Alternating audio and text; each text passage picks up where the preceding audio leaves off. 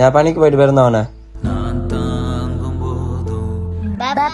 മക്കളെ ഞാൻ പണിക്ക് പോയിട്ട് വരുന്നവാ. ബാപ്പാക്കൊരു പിസ്സ പിന്നൊരു ടിക്ക.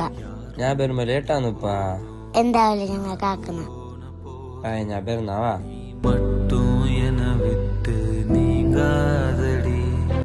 എന്തും എടുത്ത് വന്നിട്ടില്ല. മക്ക ഇറങ്ങിട്ട് ഇന്നേ